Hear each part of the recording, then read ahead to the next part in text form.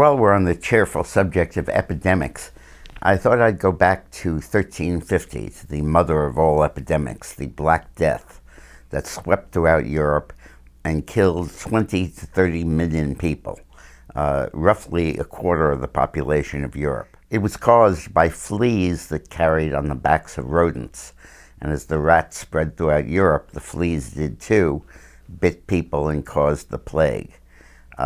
The Black Death is often confused with bubonic plague.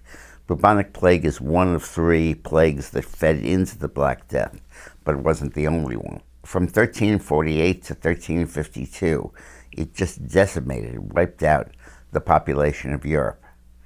The symptoms were awful. Most people died within 72 hours. There was huge swelling of the lymph nodes that turned a blackish color that led to the phrase Black Death. And there was no cure for it, and back then, before germ theory, people had no idea what was causing it. What they usually do is flee to some other part of the country, and the rats would go with them, and that would spread the plague to someplace else. Ultimately, it ended not because it was cured, but because everybody either was dead or had antibodies to it, and the disease ran its course.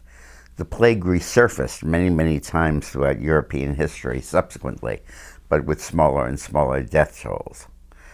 The plague actually brought enormous changes to European society and world history. It was one of the big elements in ending feudalism. Because of the dramatic shrinkage of the population, Europe did not regain the same population it had in 1350 until 1550. And because of that shrinkage of the population, there was a tremendous shortage of farmers. And agricultural workers who previously had been basically slaves or serfs as part of the feudal system, being owned by the lord of the manor and having to give him their crops in return for protection and safety and a little bit of food, could demand cash wages for their labor. And that led to the development of a mercantile society that led to the commercial revolution that was a key element in bringing the world out of the Middle Ages. We obviously don't have to deal with anything that significant or that serious today, but I thought I'd mention it because maybe it'll give us a perspective and perhaps even a little encouragement. Today's Lunch Alert is sponsored by Gundry MD. There's a dangerous toxin that's in many foods that we eat, including some health foods. And according to Dr. Stephen Gundry, a noted cardiologist, these toxins cause micro tears in your large intestine, your colon, that permit bacteria to leak in. The condition is called leaky gut, and it affects millions of people throughout the United States. Its symptoms are fatigue, weight gain, expanded waistline, stiff, achy joints.